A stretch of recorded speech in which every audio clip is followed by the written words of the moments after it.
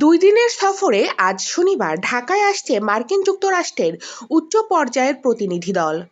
যুক্তরাষ্ট্রের রাজস্ব দপ্তরের ডেপুটি আন্ডার সেক্রেটারি ব্রেন্ট নেইম্যানের নেতৃত্বে 6 সদস্যের প্রতিনিধি দলে রয়েছেন দক্ষিণ ও মধ্য এশিয়া বিষয়ক সহকারী পররাষ্ট্রমন্ত্রী ডোনাল্ড লু।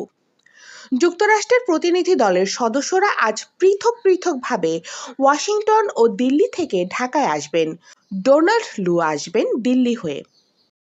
অন্তর্বর্তী সরকার প্রধান হিসাবে নোবেলজয়ী অর্থনীতিবিদ ডক্টর মোহাম্মদ ইউনূস দায়িত্ব নেওয়ার পর থেকে এটি মার্কিন যুক্তরাষ্ট্র থেকে প্রথম সফর হতে যাচ্ছে।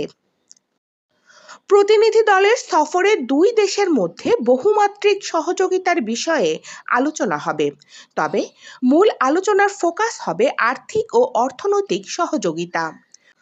মার্কিন প্রতিনিধি দল সফরের শুরুর দিন একটি ব্যবসায়ী প্রতিনিধি দলের সঙ্গে মত বিনিময় করবেন।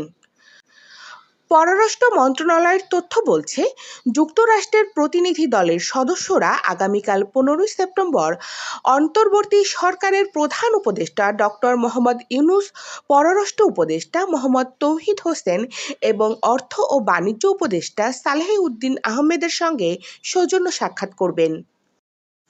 পরে প্রতিনিধি দলটি পররাষ্ট্র সচিব মোহাম্মদ জসিম উদ্দিনের সঙ্গে মধ্যাহ্নভোজ সভায় অংশ নেবেন। ওই দিন বিকেলে প্রতিনিধি দল প্রধান নেইম্যান বাংলাদেশ ব্যাংকের গভর্নর আহসান মনসুরের সঙ্গে বৈঠক করবেন। ইয়ামুল আশরা বৃষ্টি, সময়ের কণ্ঠস্বর ডেস্ক।